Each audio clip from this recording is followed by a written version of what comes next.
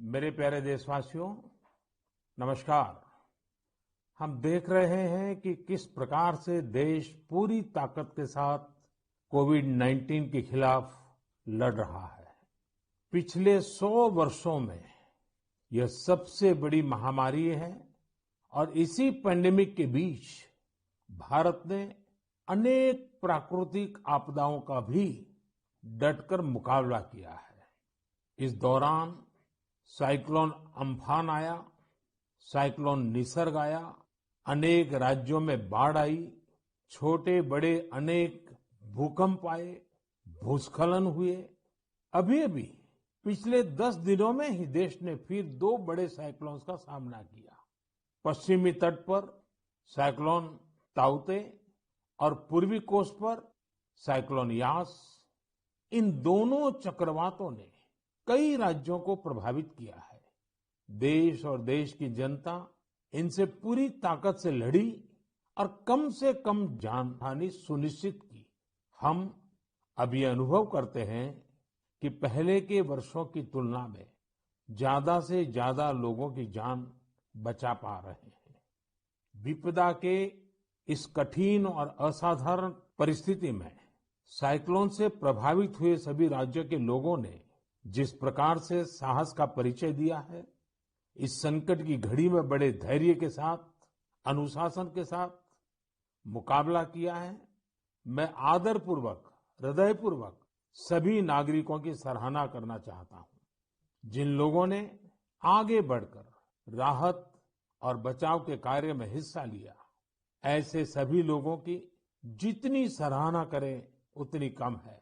मैं उन सबको सैल्यूट करता हूं। केंद्र, राज्य सरकारें और स्थानीय प्रशासन सभी एक साथ मिलकर इस आपदा का सामना करने में जुटे हुए हैं। मैं उन सभी लोगों के प्रति अपनी संवेदना व्यक्त करता हूं जिन्होंने अपने करीबियों को खोया है। हम सभी इस मुश्किल घड़ी में उन लोगों के साथ मजबूती से खड़े हैं जिन्होंने इस आपदा का नुकसान झेला है। मेरे प्यारे देशवासियों, चुनौती कितनी ही बड़ी हो, भारत का विजय का संकल्प भी हमेशा उतना ही बड़ा रहा है। देश की सामूहिक शक्ति और हमारे सेवा भाव ने देश को हर तूफान से बाहर निकाला है। हाल के दिनों में हमने देखा है कि कैसे हमारे डॉक्टर्स, नर्सेस और फ्रंटलाइन वॉरियर्स, उन्होंने खुद की चिंता छोड़कर दिन रात काम किया और आज भी कर रहे हैं। इस सब के बीच कई लोग ऐसे भी हैं जिनकी कोरोना की सेकंड वेव से लड़ने में बहुत बड़ी भूमिका रही है। मुझसे मन की बात के कई श्रोताओं ने नमो ऐप पर और पत्र के द्वारा इन वॉरियर्स के बारे में चर्चा करने का आग्रह किया है। साथियों, जब सेकंड वेव आई, अचानक से ऑक्सीजन की मांग कई गुना बढ़ गई, तो बहुत बड़ा चैलेंज था। मेडिकल ऑक्सीजन का देश के दूर सुदूर हिस्सों तक पहुंचाना अपने आप में बड़ी चुनौती थी। ऑक्सीजन टैंकर ज्यादा तेज चले, छोटी सी भी भूल हो तो उसमें बहुत बड़े विस्फोट का खतरा होता है। इंडस्ट्रियल ऑक्सीजन का उत्पादन करने वाले काफी प्लांट देश के पूर्वी हिस्सों में हैं। वहां से दूसरे राज्यों में ऑक्सीजन पहुंचाने के लिए भी कई दिन का समय लगता है। देश के सामने आई इस चुनौती में देश की मदद की क्रायोजेनिक टैंकर चलाने वाले ड्राइवर्स ने, ऑक्सीजन एक्सप्रेस ने, एयरफोर्स के पायलट्स ने, ऐसे अनेकों लोगों ने युद्ध स्तर पर काम करके हजारों लाखों लोगों का जीवन बचाया। आज मन की बात में हमारे साथ ऐसे ही एक साथी जुड़ रहे हैं, यूपी के जौनपुर के रहने वाले श्रीमान दिनेश उपाध्याय जी। दिनेश जी, नमस्कार। सर जी प्रणाम। सबसे पहले तो मैं चाहूंगा कि आप जरा अपने बारे में हमें जरूर बताइए। सर, हमारा नाम दिनेश बाबुलनाथ उपाध्याय है। मैं गांव हसनपुर, पोस्ट जमुआ, जिला जौनपुर का निवासी हूं सर। उत्तर प्रदेश से हैं? हाँ सर। जी।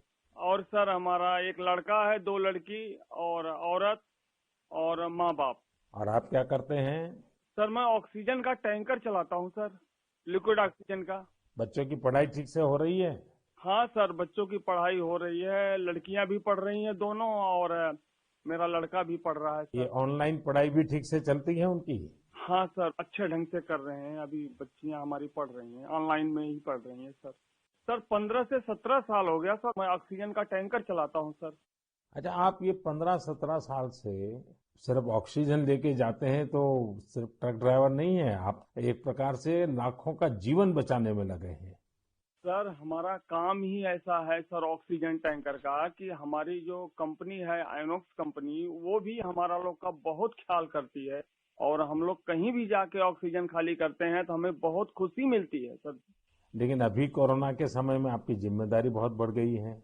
हाँ सर, बहुत बढ़ गई है। जब आप अपने ट्रक की ड्राइविंग सीट पर होते हैं तो आपके मन में क्या भाव होता है? पहले की तुलना में क्या अलग अनुभव?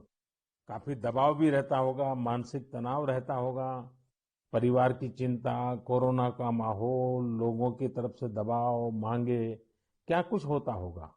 सर हमें कोई चिंता नहीं होता, हमें खाली यही होता है कि मैं अपना जो कर्तव्य कर रहा हूँ सर जी, वो हम टाइम पे लेके, अगर हमारे ऑक्सीजन से किसी को अगर जीवन मिलता है तो ये हमारे लिए बहुत गौरव की बात है। बहुत उत्तम तरीके से आप अपनी भावना व्यक्त कर रहे हो। अच्छा, ये बताइए, आज जब इस महामारी के समय लोग आपके काम के महत्व को देख रहे हैं, जो शायद पहले इतना नहीं समझा होगा, अब समझ रहे हैं, तो क्या आपके और आपके काम के प्रति उनके नजरिए में परिवर्तन आया है? हाँ सर जी, अभी पहले हम ऑक्सीजन के ड्राइवर कहीं भी जाम में इधर उधर फंसे रहते थे, लेकिन आज के डेट में प्रशासन ने भी हमारा लोग का बहुत हेल्प किया। और जहाँ भी हम जाते हैं, हम भी, हमारे अंदर से एक जिज्ञासा आती है, हम कितने जल्दी पहुंच के लोगों की जान बचाएं sir.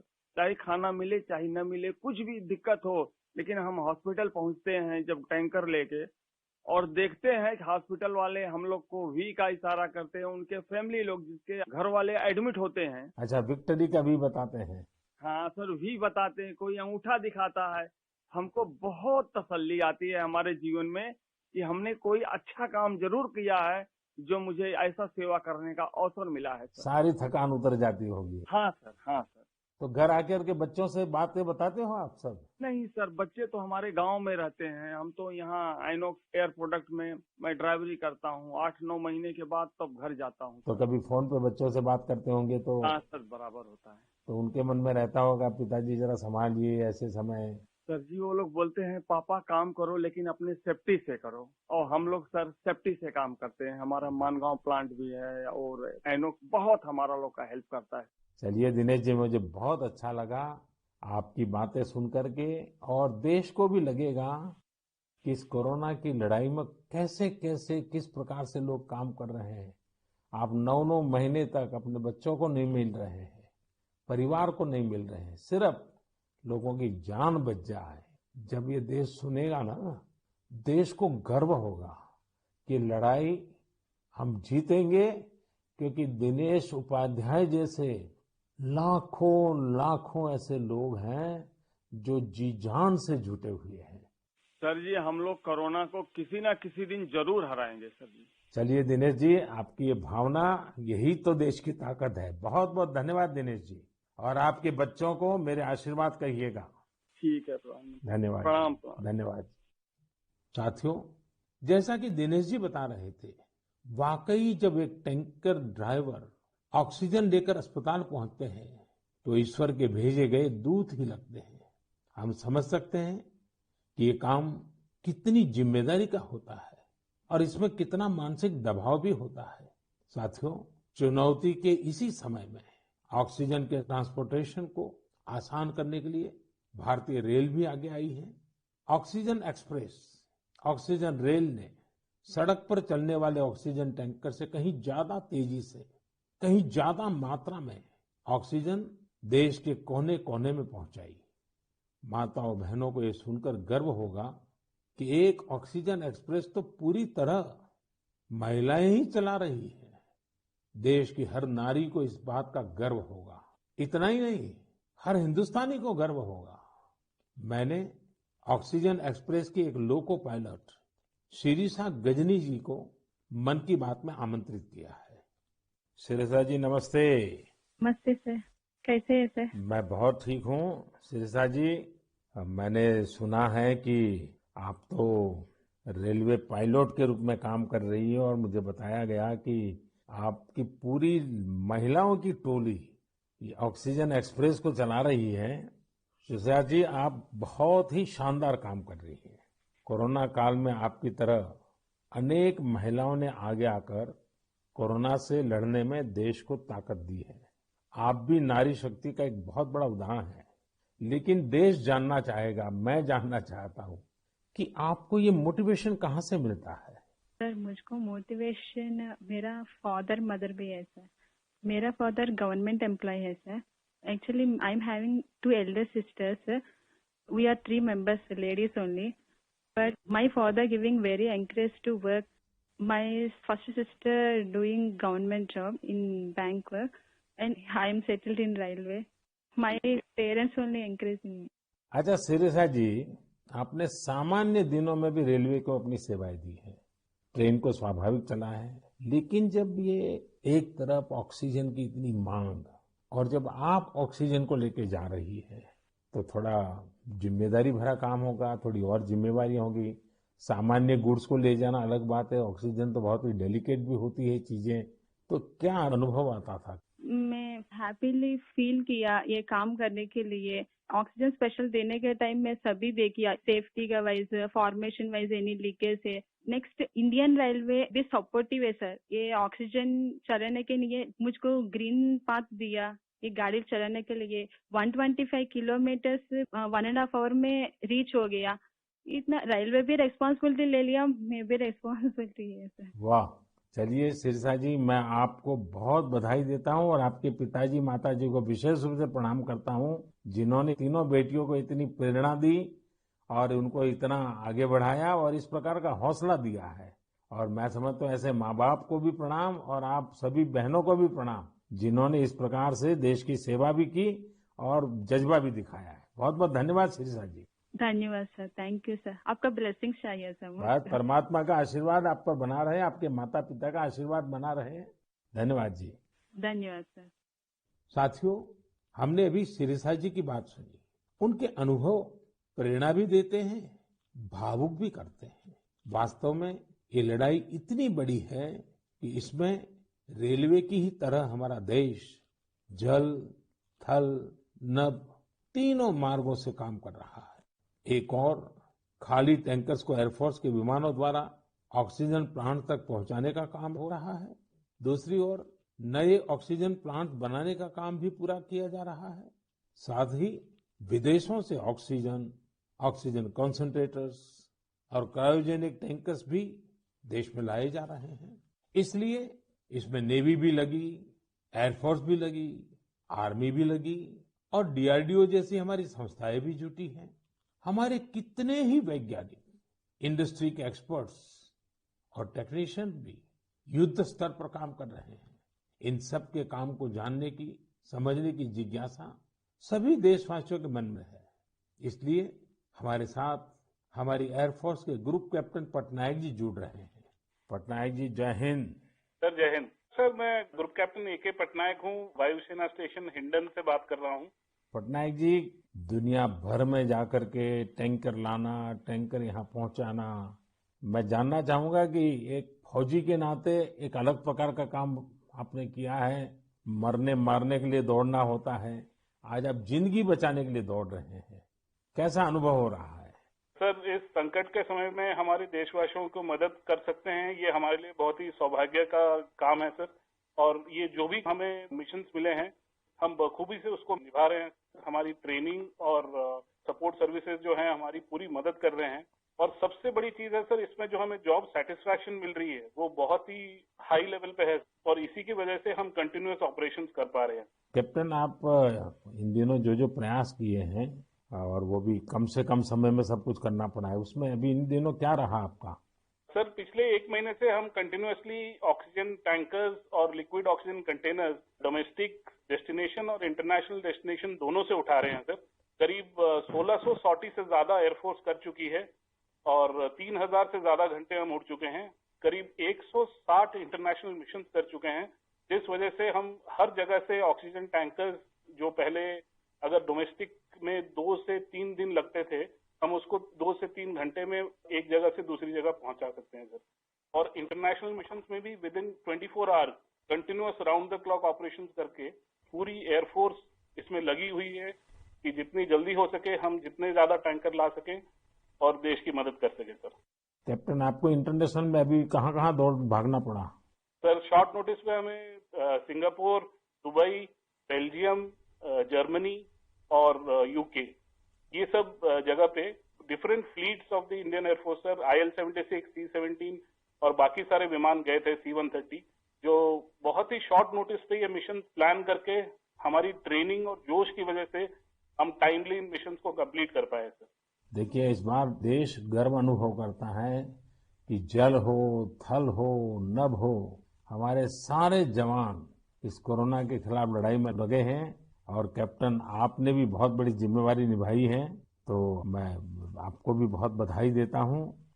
Sir thank you so much sir. हम अपनी पूरी कोशिश में जी जान के साथ लगे हुए हैं और मेरी बेटी भी मेरे साथ है सर, अदिति।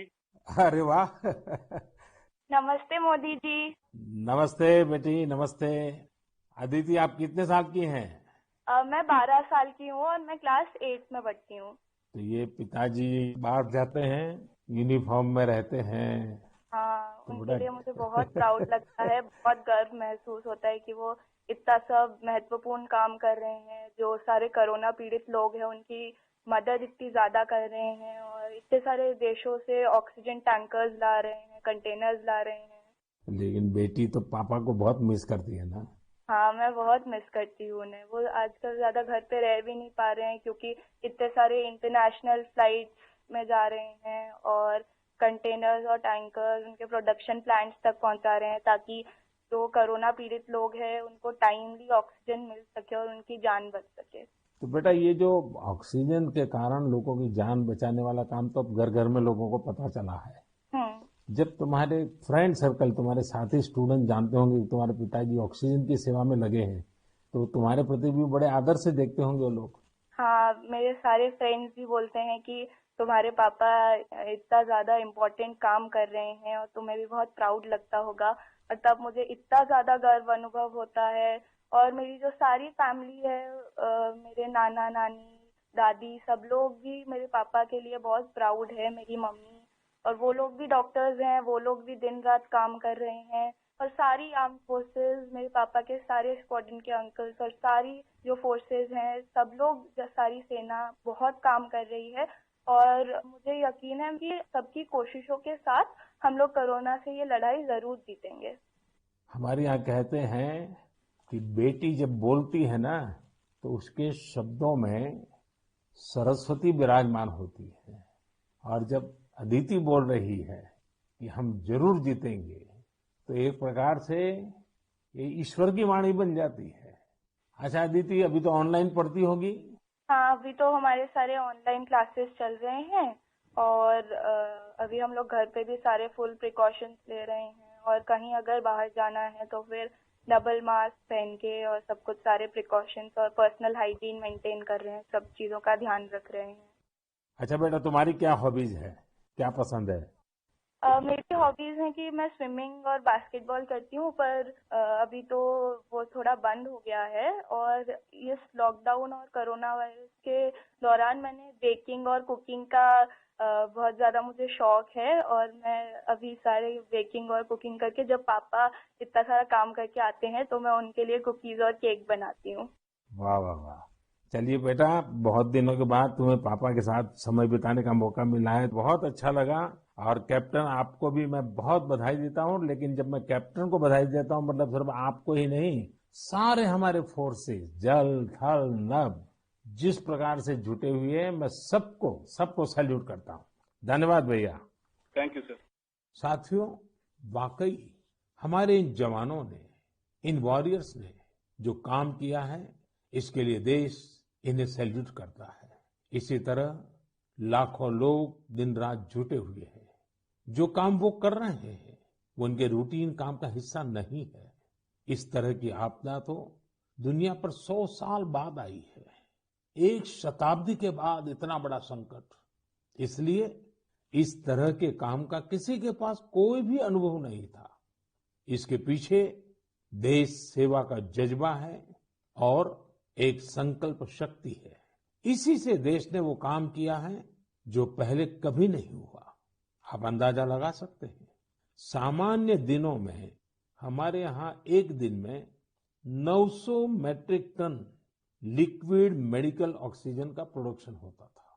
अब ये 10 गुना से भी ज्यादा बढ़कर करीब करीब 9,500 मीट्रिक टन प्रतिदिन उत्पादन हो रहा है। इस ऑक्सीजन को हमारे वॉरियर्स देश के दूर सुदूर कोने तक पहुंचा रहे हैं। मेरे प्यारे देशवासियों, ऑक्सीजन पहुंचाने के लिए देश में इतने प्रयास हुए, इतने लोग जुटे। एक नागरिक के तौर पर ये सारे कार्य प्रेरणा देते हैं। एक टीम बनकर हर किसी ने अपना कर्तव्य निभाया है। मुझे बेंगलुरु से उर्मिला जी ने कहा है कि उनके पति लैब टेक्नीशियन है और ये भी बताया है कि कैसे इतनी चुनौतियों के बीच वो लगातार टेस्टिंग का काम करते रहे हैं। साथियों, कोरोना की शुरुआत में देश में केवल एक ही टेस्टिंग लैब थी, लेकिन आज 2,500 से ज्यादा लैब्स काम कर रही हैं।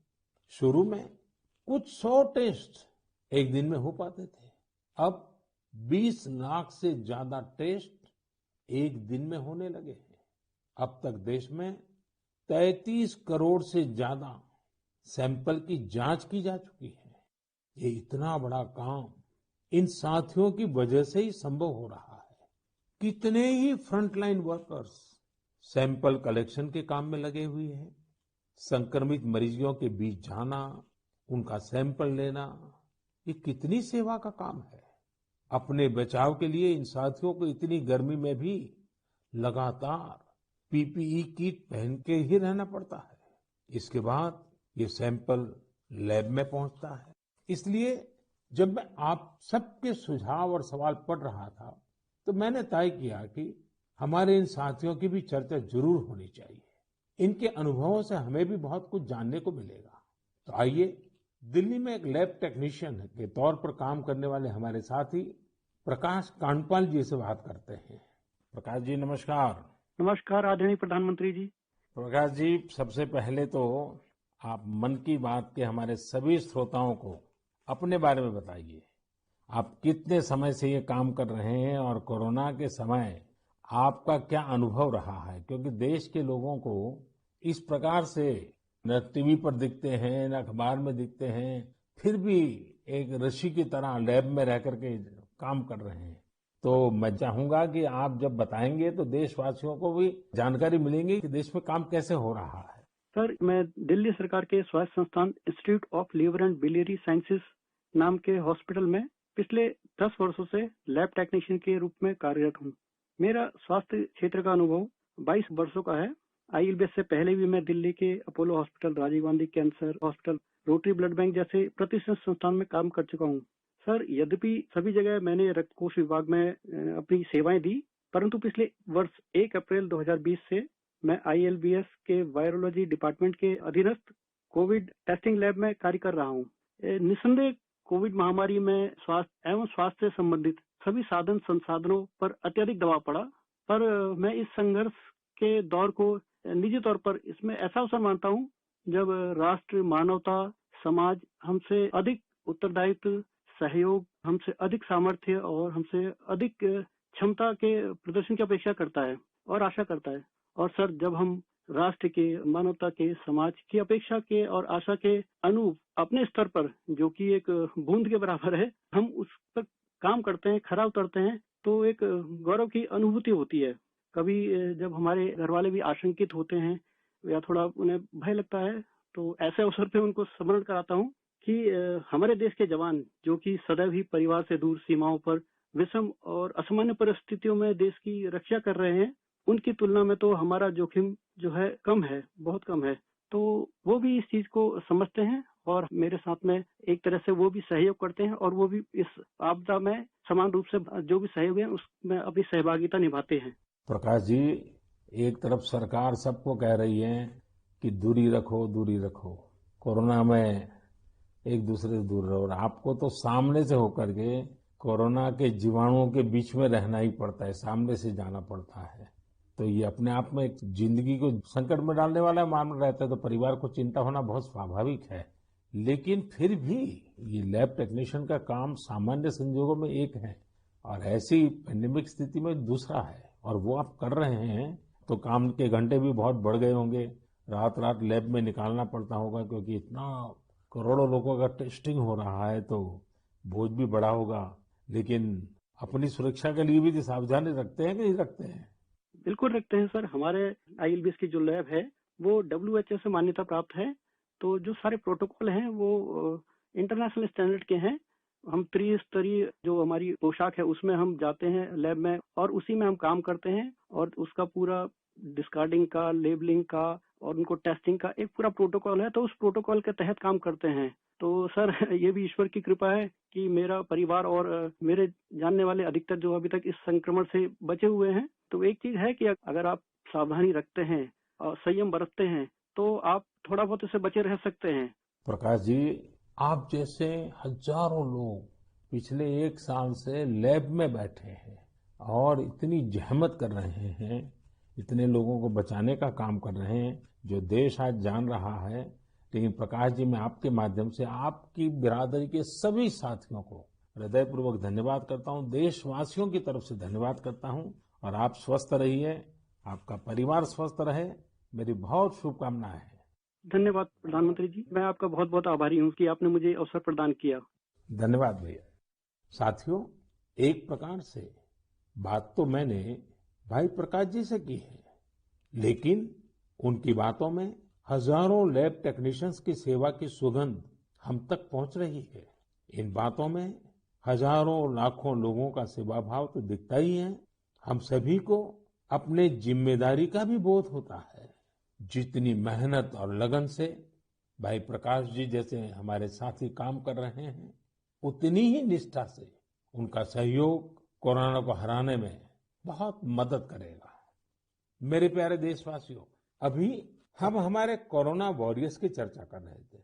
पिछले 1.5 सालों में हमने उनका खूब समर्पण और परिश्रम देखा है, लेकिन इस लड़ाई में बहुत बड़ी भूमिका देश के कई क्षेत्रों के अनेक वॉरियर्स की भी है। आप सोचिए, हमारे देश पर इतना बड़ा संकट आया, इसका असर देश की हर एक व्यवस्था पर पड़ा। कृषि व्यवस्था ने खुद को इस हमले से काफी हद तक सुरक्षित रखा। सुरक्षित ही नहीं रखा, बल्कि प्रगति भी की, आगे भी बढ़ी।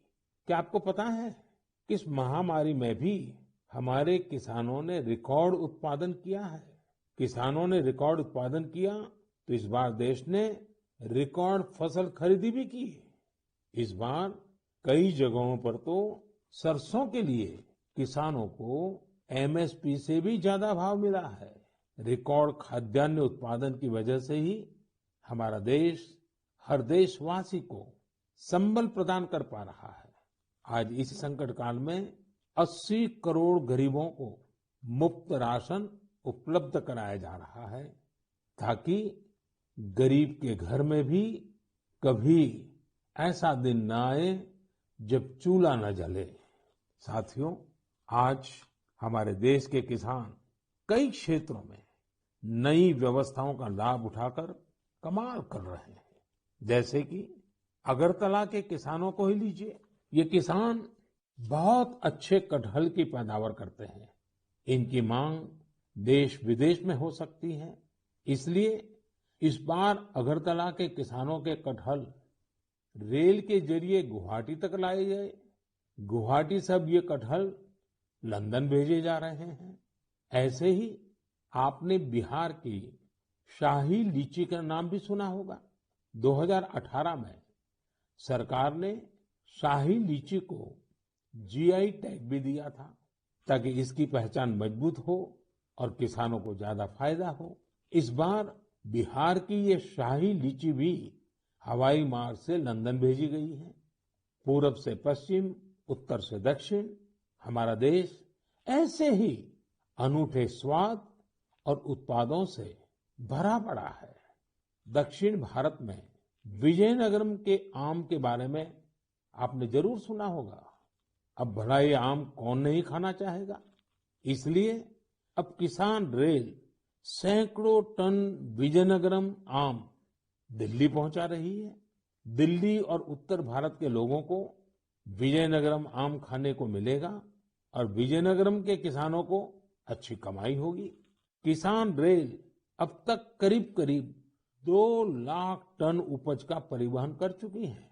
अब किसान बहुत कम कीमत पर फल, सब्जियां, अनाज देश के दूसरे सुदूर हिस्सों में भेज पा रहा है। मेरे प्यारे देशवासियों, आज 30 मई को हम मन की बात कर रहे हैं और संयोग से ये सरकार के 7 साल पूरे होने का भी समय है।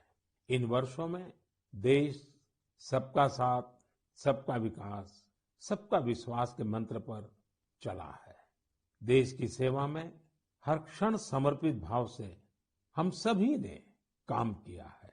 मुझे कई साथियों ने पत्र भेजे हैं और कहा है कि मन की बात में 7 साल की हमारी आपकी इस साझी यात्रा पर भी चर्चा करूं। साथियों, इन 7 वर्षों में जो कुछ भी उपलब्धि रही है वो देश की रही है, देशवासियों की रही है। कितने ही राष्ट्रीय गौरव के क्षण हमने इन वर्षों में साथ मिलकर अनुभव किए हैं।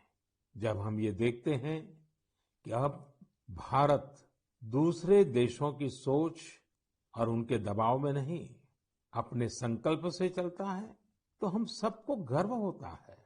जब हम देखते हैं कि अब भारत अपने खिलाफ साजिश करने वालों को मुंहतोड़ जवाब देता है, तो हमारा आत्मविश्वास और बढ़ता है। जब भारत राष्ट्रीय सुरक्षा के मुद्दों पर समझौता नहीं करता, जब हमारी सेनाओं की ताकत बढ़ती है, तो हमें लगता है कि हाँ, हम सही रास्ते पर हैं। साथियों, मुझे कितने ही देशवासियों के संदेश, उनके पत्र देश के कोने कोने से मिलते हैं। कितने ही लोग देश को धन्यवाद देते हैं कि 70 साल बाद उनके गांव में पहली बार बिजली पहुंची है। उनके बेटे बेटियां उजाले में, पंखे में बैठ करके पढ़ रहे हैं। कितने ही लोग कहते हैं कि हमारा भी गांव अब पक्की सड़क से शहर से जुड़ गया है। मुझे याद है, एक आदिवासी इलाके से कुछ साथियों ने मुझे संदेश भेजा था कि सड़क बनने के बाद पहली बार उन्हें ऐसा लगा कि वो भी बाकी दुनिया से जुड़ गए हैं। ऐसे ही कहीं कोई बैंक खाता खोलने की खुशी साझा करता है, तो कोई अलग अलग योजनाओं की मदद से जब नया रोजगार शुरू करता है, तो उस खुशी में मुझे भी आमंत्रित करता है। प्रधानमंत्री आवास योजना के तहत घर मिलने के बाद गृह प्रवेश के आयोजन में कितने ही निमंत्रण मुझे हमारे देशवासियों की ओर से लगातार मिलते रहते हैं। इन 7 सालों में आप सबकी ऐसी करोड़ों खुशियों में मैं शामिल हुआ हूँ। अभी कुछ दिन पहले ही मुझे गांव से एक परिवार ने जल जीवन मिशन के तहत घर में लगे पानी के नल की एक फोटो भेजी। उन्होंने इस फोटो का कैप्शन लिखा था, मेरे गांव की जीवन धारा। ऐसे कितने ही परिवार हैं। आजादी के बाद 7 दशकों में हमारे देश के केवल 3.5 करोड़ ग्रामीण घरों में ही पानी के कनेक्शन थे, लेकिन पिछले 21 महीनों में ही 4.5 करोड़ घरों को साफ पानी के कनेक्शन दिए गए हैं। इनमें से 15 महीने तो कोरोना काल के ही थे। इसी तरह का एक नया विश्वास देश में आयुष्मान योजना से भी आया है। जब कोई गरीब मुफ्त इलाज से स्वस्थ होकर घर आता है, तो उसे लगता है कि उसे नया जीवन मिला है। उसे भरोसा होता है कि देश उसके साथ है। ऐसे कितने ही परिवारों का आशीर्वचन, करोड़ों माताओं का आशीर्वाद लेकर हमारा देश मजबूती के साथ विकास की ओर अग्रसर है। साथियों, इन 7 सालों में भारत ने डिजिटल लेन देन में दुनिया को नई दिशा दिखाने का काम किया है। आज किसी भी जगह जितनी आसानी से आप चुटकियों में डिजिटल पेमेंट कर देते हैं, वो कोरोना के इस समय में भी बहुत उपयोगी साबित हो रहा है। आज स्वच्छता के प्रति देशवासियों की गंभीरता और सतर्कता बढ़ रही है। हम रिकॉर्ड सैटेलाइट भी प्रक्षेपित कर रहे हैं और रिकॉर्ड सड़कें भी बना रहे हैं। इन 7 वर्षों में ही देश के अनेकों पुराने विवाद भी पूरी शांति और सौहार्द से सुलझाए गए हैं। पूर्वोत्तर से लेकर कश्मीर तक शांति और विकास का एक नया भरोसा जगा है। साथियों, क्या आपने सोचा है ये सब काम जो दशकों में भी नहीं हो सके, इन 7 सालों में कैसे हुए? ये सब इसलिए संभव हुआ क्योंकि इन 7 सालों में हमने सरकार और जनता से ज्यादा एक देश के रूप में काम किया, एक टीम के रूप में काम किया, टीम इंडिया के रूप में काम किया। हर नागरिक ने देश को आगे बढ़ाने में एकाध कदम आगे बढ़ाने का प्रयास किया है। हाँ, जहां सफलताएं होती हैं, वहां परीक्षाएं भी होती हैं। इन 7 सालों में हमने साथ मिलकर ही कई कठिन परीक्षाएं भी दी है और हर बार हम सभी मजबूत होकर निकले हैं। कोरोना महामारी के रूप में इतनी बड़ी परीक्षा तो लगातार चल रही है। ये तो एक ऐसा संकट है जिसने पूरी दुनिया को परेशान किया है। कितने ही लोगों ने अपनों को खोया है।